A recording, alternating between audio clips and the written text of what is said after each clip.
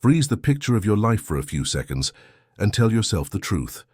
When was the last time you felt that tiny sting of disrespect, the small overstep you excused because you didn't want to make it a thing?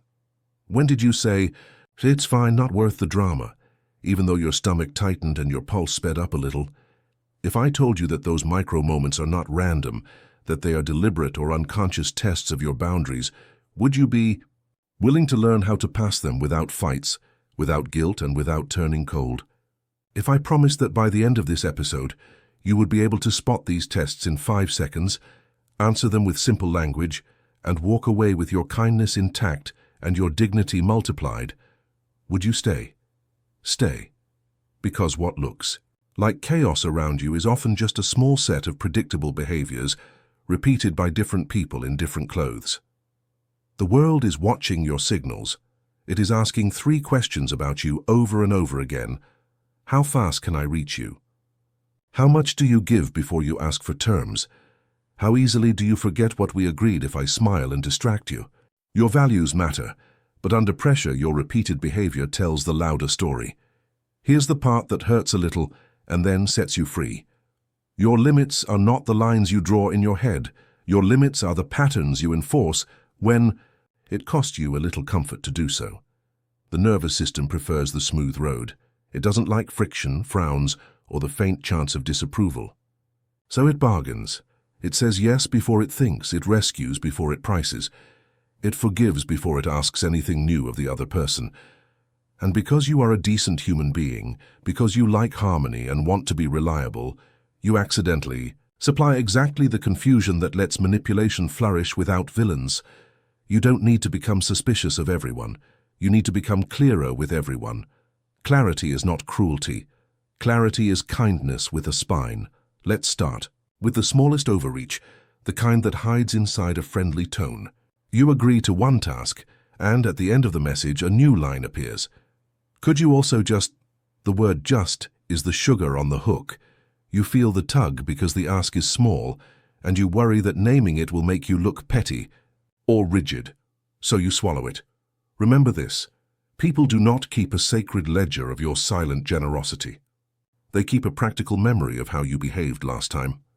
When extras slide in without being named, the brain labels them included.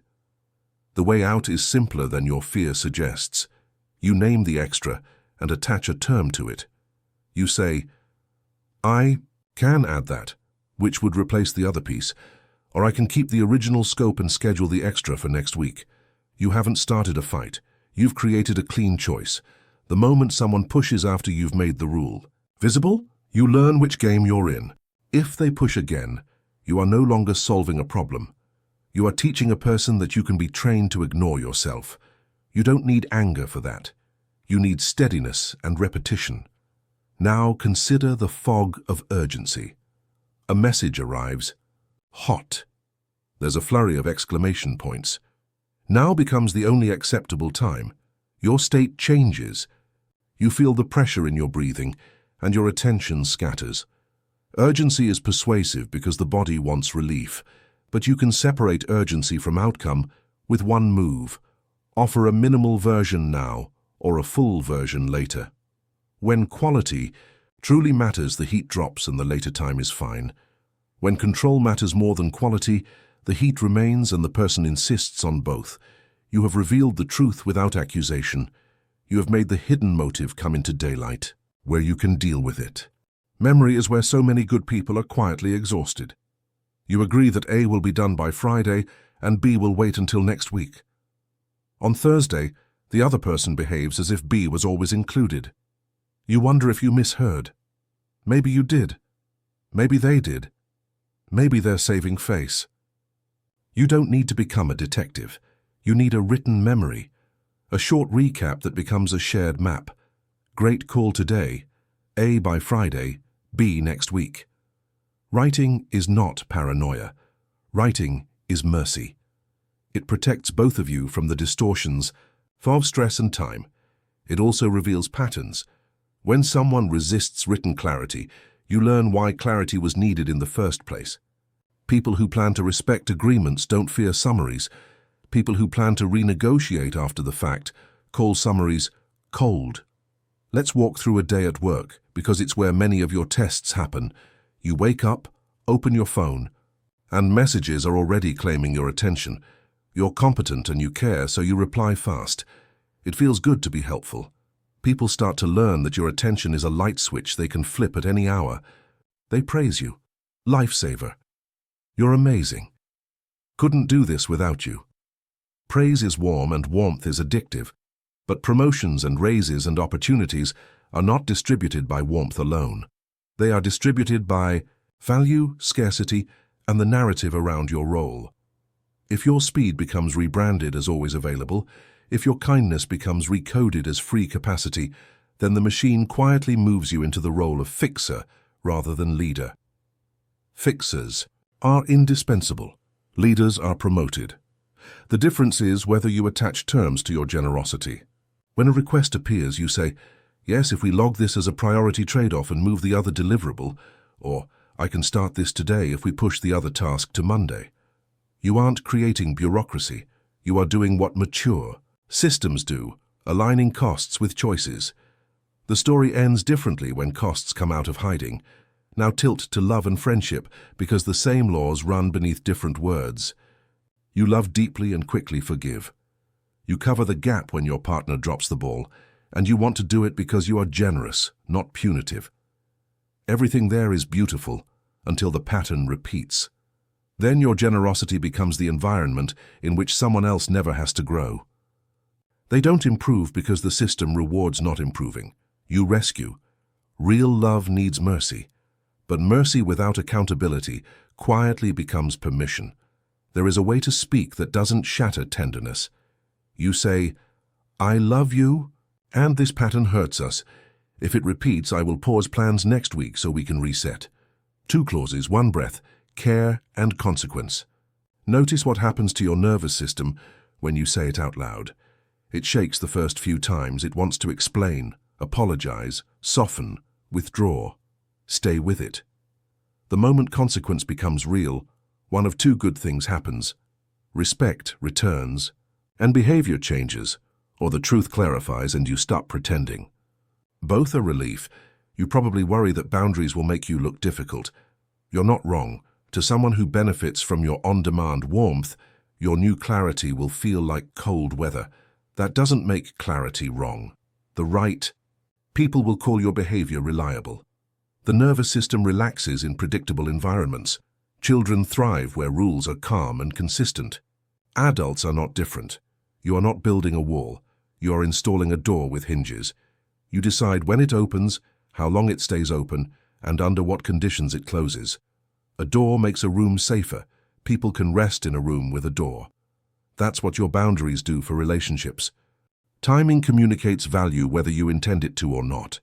Responding instantly to everything trains the world to treat you like background music, always on, always accessible, always ready to be turned up or down. Creating response windows teaches the world that your attention has a rhythm. Rhythm is not rudeness, rhythm is stature. Choose 2 windows each day to process messages, anticipate the objection, but I'll lose opportunities. You'll lose the wrong ones. The right ones are compatible with your cadence. You are not a siren to be pulled whenever someone panics. You are a human being whose best work emerges when attention and rest are protected. Let me show you what this looks like across contexts, because repetition is the only way the body learns. A new team lead inherits a culture of weekend pings, late-night emergencies, and Monday meetings that begin with apologies for time slipping away. He sets 2 rules: office hours for non-urgent matters and decision windows for requests. He explains them once, writes them down, and gently repeats them.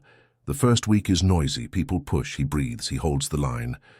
The second week, meetings tighten. The third week, emergencies shrink to the ones that are real. He did not become cruel. He became predictable. Predictability raised respect. Respect thinned the false emergencies that used to feed on his guilt. A woman in a loose, unstable relationship mirrors her partner's cadence for the first time. She stays warm and responsive, but she stops being instantly available for every mood spike. The first week is uncomfortable. Her body shakes at the sight of the notification bubble, then her breathing steadies. The relationship either rises to meet her new rhythm or reveals itself for what it was, a dependency on her immediate reassurance. She wins either way because agency returns to her calendar and to her nervous system. A sibling uses your home as storage because you're the organized one, which is flattering until you're tripping over boxes that were promised to be only for a few days. You introduce an easy logistics rule: drop-offs on Sundays between 10 and noon. Everything else goes to donation. There is a storm. There is a guilt trip dressed as nostalgia. Then there is a new normal in which love and clarity coexist. Family does not mean free access to your oxygen. Because you care about people, you will worry that these rules make you cold. Let's clean that fear. Coldness is when you detach to avoid feeling. Clarity is when you feel fully and still choose. A boundary that protects the relationship from resentment. People think boundaries ruin intimacy. In practice, boundaries make intimacy possible because they keep anger from congealing into quiet contempt. The worst relationships are not the ones with loud arguments.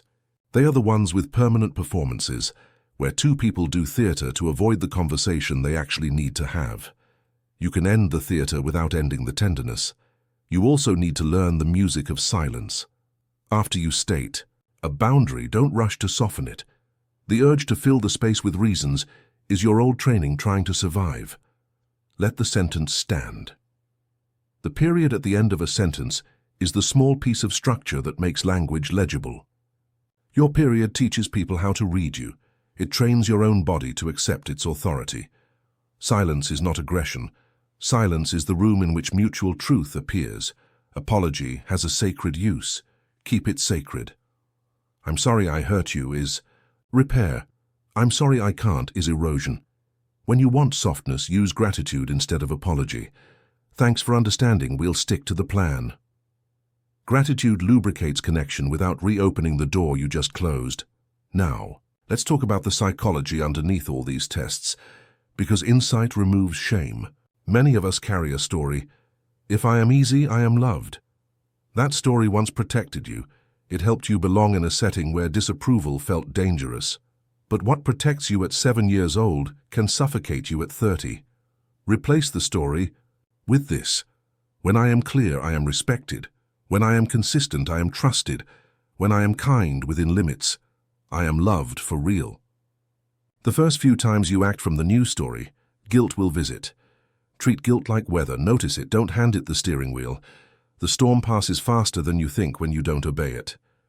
We need some grounded scenes in everyday life to make this live in your mouth and in your hands, not just in your head. A friendly message arrives. Hey, quick favor, can you look at this now? Old you reacts. New you breathes and answers. Send details and I'll review tomorrow morning. The other person pushes. It's kind of urgent.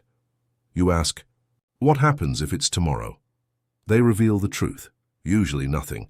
The urgency was anxiety borrowing your life. You help by not feeding it. Your calm is contagious in a way that actually reduces chaos instead of rewarding it. Late on a Friday, your manager asks for weekend work and frames it as a critical need. Old you says yes because you're loyal. New you says, I can give 2 hours Saturday morning.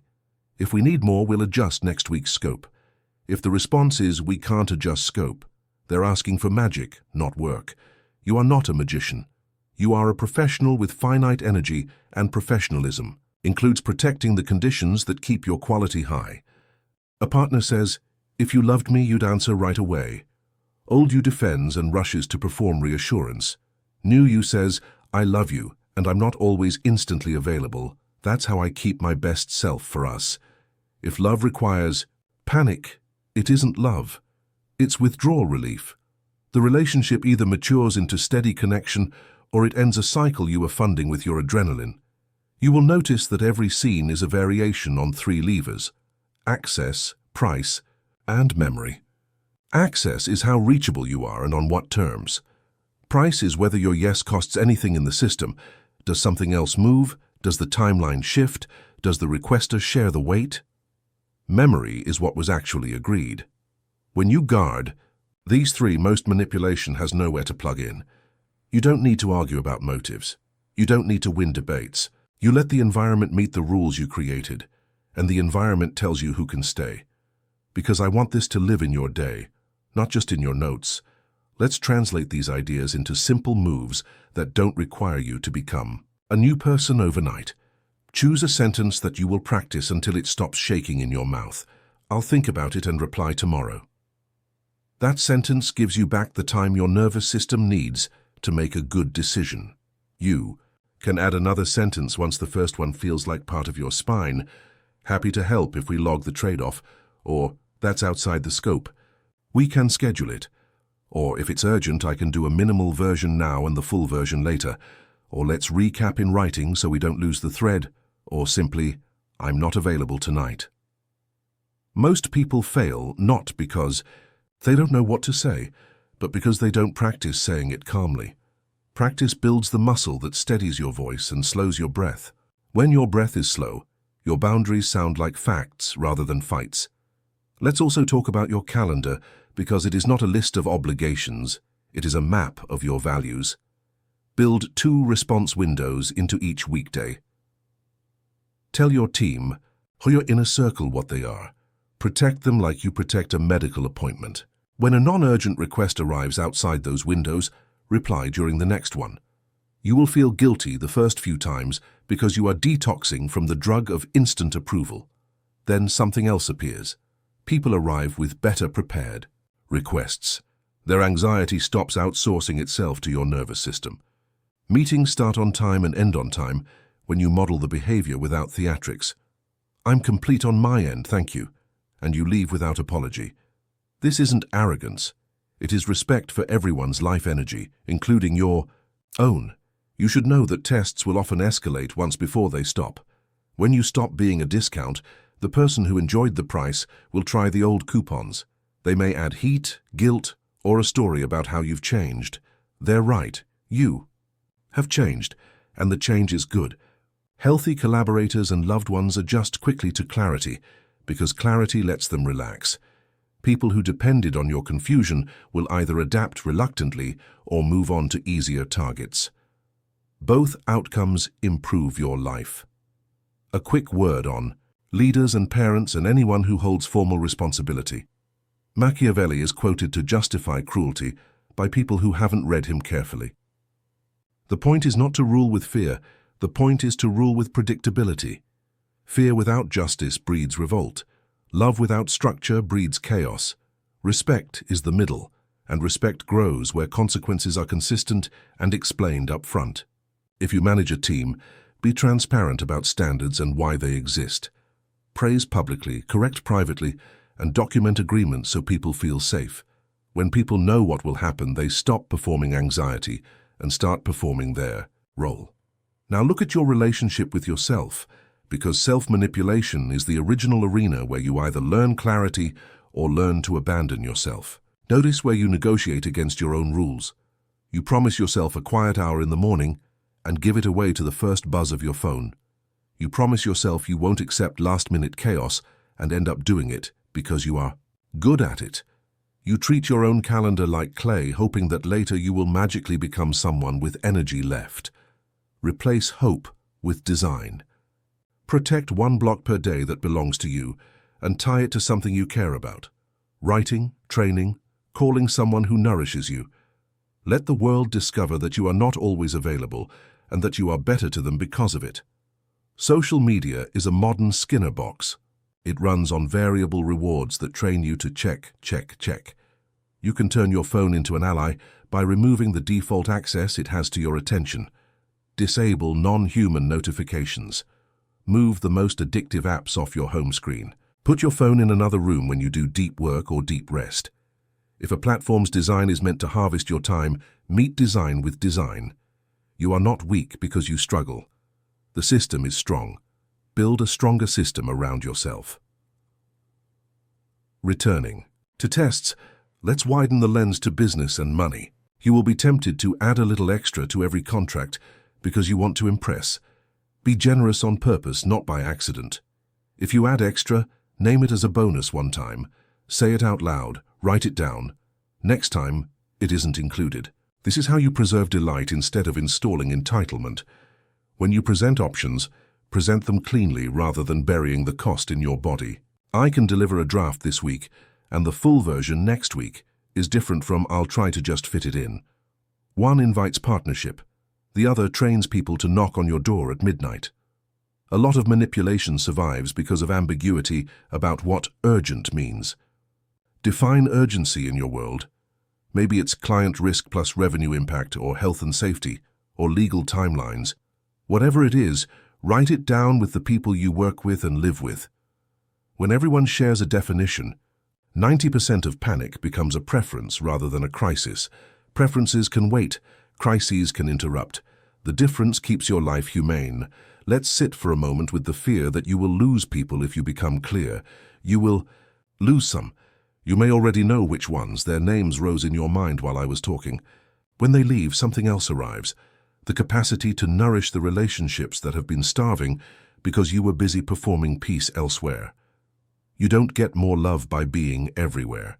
You get deeper love by being real, where you actually are. You might ask, what about compassion? Doesn't all this make me less compassionate? Real compassion requires boundaries, because compassion without boundaries becomes self-betrayal. Self-betrayal breeds resentment. Resentment eventually poisons compassion, and then you show up brittle, sarcastic, and exhausted. You didn't start out that way. You got there by never letting friction happen when it was small. Let small friction happen. It prevents the big fracture later.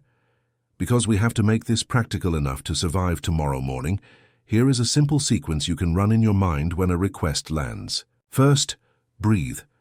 If your breath is shallow, your answer will be expensive. Second, time.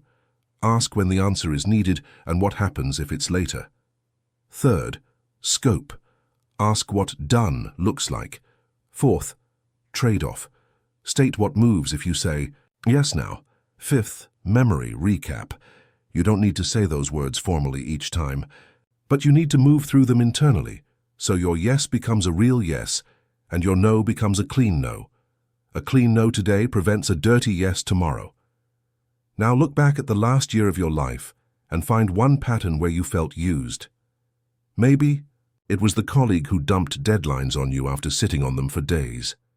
Maybe it was the friend who only calls when they need soothing and disappears when you need them. Maybe it was you, telling yourself you'd start on your dream. After you fixed everyone else's urgent, what would have changed if you had named the extra and priced it? What would have changed if you had asked, what happens if it's tomorrow? What would have changed if you had written the agreement in 2 lines after the call? Your mind will try to answer with self-blame. Don't feed it. This is not about beating up the earlier version of you. That version kept you safe. This is about giving the current version of you a better set of tools. I want to promise you something, and I want you to test that promise, not just believe it because I said it. If you pass a small test this week without drama, your nervous system will learn that the world does not collapse when you stop buying peace with your time. It will learn that you can survive a frown. It will learn that some people respect you more, not less, when your no is real. That learning changes how you carry your shoulders, where you look when you walk into a room, how your voice lands when you say simple things, and that shift, quiet, bodily, unannounced, changes which people choose you and which pass by. The quality of your life is shaped by who believes they can train you, who learns they cannot, and who discovers they don't need to. There is a beautiful paradox at the center of all this. You do not have to stop being kind to stop being used. In fact, when you stop being used, your kindness becomes rarer and therefore more valuable. When you stop bleeding your attention into every hole in the boat, you have the energy to row where you actually want to go. People feel the difference. The yes that used to feel obligatory begins to feel like a gift again.